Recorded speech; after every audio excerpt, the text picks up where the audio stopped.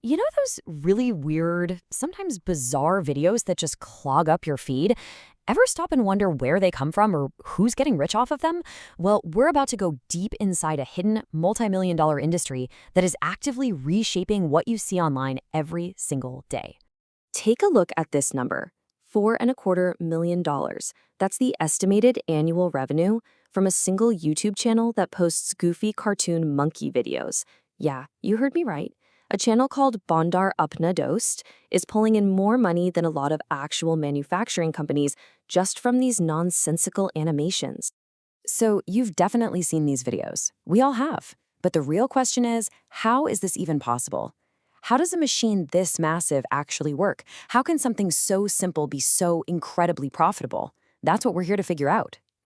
To really get our heads around this, we need a name for it. And researchers have one: AI slop. Some people call it brainrot. It's exactly what it sounds like: low quality, high volume stuff, a lot of it now generated by AI, engineered for one single goal: to hack your attention and monetize the algorithm.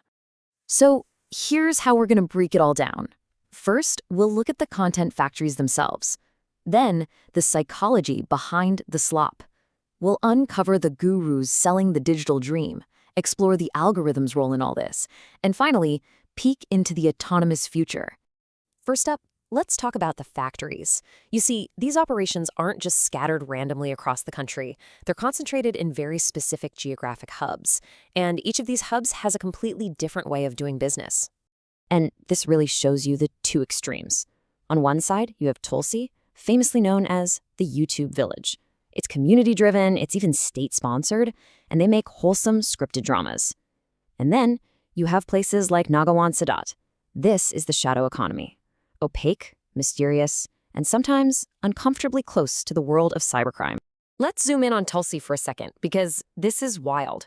It's a village of 4,000 people, and over 1,000 of them are content creators, a full quarter of the population. They've basically swapped traditional farming for what you might call algorithmic farming. The whole community works together, acting in videos, pooling resources, and the government even built them a professional studio. Now, for the shadow economies like Nagawan Sadat, the business model is all about one thing: the diaspora dividend. This is the key. They create content, often religious or cultural, not for the local audience, but for Indians living in high-income countries like the US or the UK. Why? Because a single ad view from someone in New York pays out dramatically more than a view from someone down the road. It's pure economic arbitrage. Okay, so that's the where. Now let's talk about the what. This brings us to the psychology of slop. We're talking about manufacturing content that is precision engineered to hack your brain. These are not random videos, folks. They are highly optimized products. You can pretty much break all this content down into three core genres of manipulation. First, there's the respect industrial complex. Then you have the really disturbing world of fake animal rescues. And finally, you've got these endlessly churned out, scripted, emotional dramas. The fake animal rescue genre is just dark. To get that viral video, creators will literally put animals in harm's way. We're talking about burying a puppy or putting a kitten next to a snake just so they can film themselves staging a heroic rescue. It's a system that turns animal cruelty directly into cash. And then there are the respect videos. The psychology here is cynical, but it's brilliant. That caption, respect, isn't a suggestion, it's a moral command. The video is framed so that if you just scroll past without liking, you're subtly made to feel like a bad person. It's hacking our deep-seated need to signal to others that we're good and virtuous. So who's actually making all of this stuff?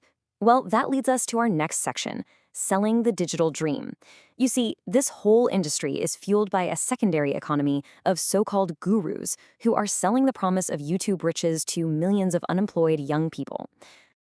And their pitch is incredibly seductive. You see these promises everywhere. Earn lakhs with our copy-paste method. No need to show your face or use your voice. It sounds like the perfect, easy ticket out of a tough situation, right?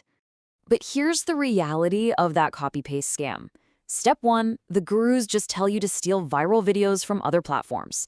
Step 2, you use some basic tools to alter it slightly, hoping to trick the copyright system. And step 3, YouTube's reused content policy flags your channel and you get demonetized. The student is left with nothing, and the guru walks away with their course fee. Now, it's really easy to just blame the creators and the gurus. But they're just playing the game. The really crucial point here is that these content farms aren't a bug in the system, they're a feature. The algorithm is complicit. This is a direct result of how these platforms are designed to work. This table breaks down the economics perfectly. Just look at the production time and the marginal cost for a Shorts farm or a Facebook farm. It's near zero. You can generate a sympathy-baiting AI image in seconds and potentially earn real money. Now compare that to a traditional creator who might spend weeks on a single video.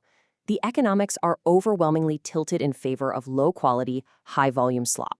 And this stuff works on us because it bypasses our critical thinking. It hijacks what cognitive scientists call System 1 thinking, our fast, intuitive, emotional brain. Before your logical System 2 brain can even process that what you're watching is junk, you've already watched it, you've already engaged. And for the algorithm, that engagement is all that matters. But if you think this is bad now, just wait.